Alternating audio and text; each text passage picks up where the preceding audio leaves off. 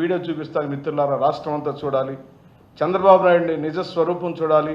చంద్రబాబు నాయుడికి బాబాసాహెబ్ అంబేద్కర్ మీద ఉన్న గౌరవం ఏంటో చూడాలి.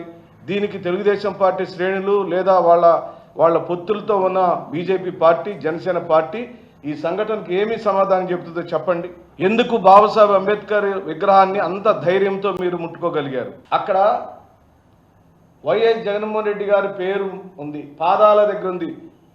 బాబాసాహెబ్ అంబేద్కర్ విగ్రహాన్ని ప్రతిష్ఠింప చేసి ప్రారంభోత్సవం ఎవరి హయాంలో జరిగింది, ఎవరు నిర్మించారనే చరిత్ర పుటల్లో ఉండాలి. కాబట్టి ఏ విగ్రహావిష్కరణ దగ్గరైనా రాయి ఉంటుంది. ఆ రాయి మీద ఆనాటి ముఖ్య అతిథి గారి యొక్క పేరు ఉంటుంది. 400 కోట్ల రూపాయలతో నిర్మించిన విగ్రహానికి సంబంధించిన దాని మీద వైఎస్ జగన్మోహన్ రెడ్డి గారి పేరుని మీరు తొలగించేశారే. దీన్ని ఏమందాం? బాబాసాహెబ్ అంబేద్కర్ని అవమానించడం కాదా? ఆంధ్ర రాష్ట్ర ముఖ్యమంత్రిని అవమానించడం కాదా? నీకు జగన్మోహన్ రెడ్డి గారి మీద కోపం ఉందనేది జగమెరిగిన సత్యమే. కానీ పేర్లు కూడా తీసేసే అంత కోపం నీకుందనేది ఈ రోజున ఈ సందర్భంగా మేము మనవి చేస్తూ